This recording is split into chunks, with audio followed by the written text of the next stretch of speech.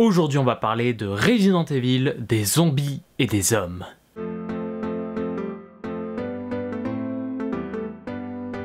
Mais si, vous connaissez...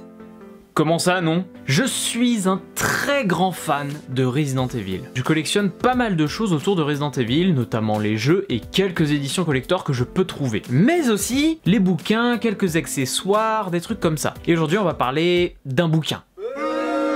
Quoi? Qu'est-ce qu'il y a? Alors oui, c'est le type de bouquin, vous allez pas l'acheter si vous n'êtes pas fan de la licence. Mais j'ai envie de vous en parler. Donc Resident Evil, des zombies et des hommes, c'est un peu un recueil documentaire de la licence. J'ai bien dit la licence, à savoir qu'il ne parle pas que des jeux. Il parle aussi de ce qu'il y a autour, les films par exemple, les bons et les mauvais, les musiques ou encore les bouquins. Dans ces bouquins, je parlerai plus tard peut-être d'autres bouquins Resident Evil. Et évidemment, ils vont parler des jeux. Ce serait con de faire un documentaire sur Resident Evil sans parler des jeux. Donc là-dedans, vous allez me dire, c'est pas très intéressant, il y a du texte de partout. Mais quand on est extrêmement fan d'une licence, je pense que c'est assez facile à lire. Du coup, on va apprendre pourquoi le projet a été créé, de quoi il vient, etc.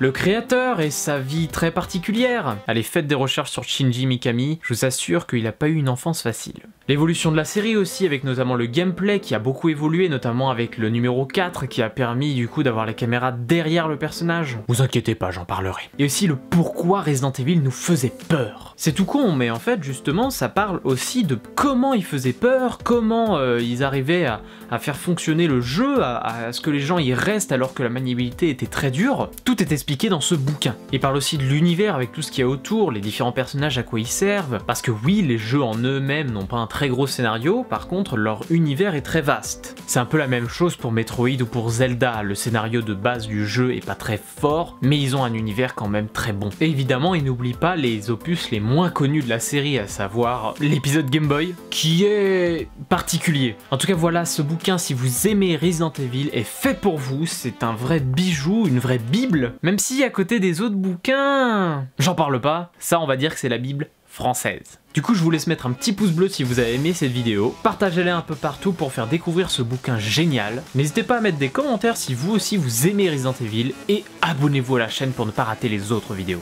Du coup, moi je vous dis à lundi prochain pour une prochaine vidéo, on parlera d'autre chose. Allez, salut!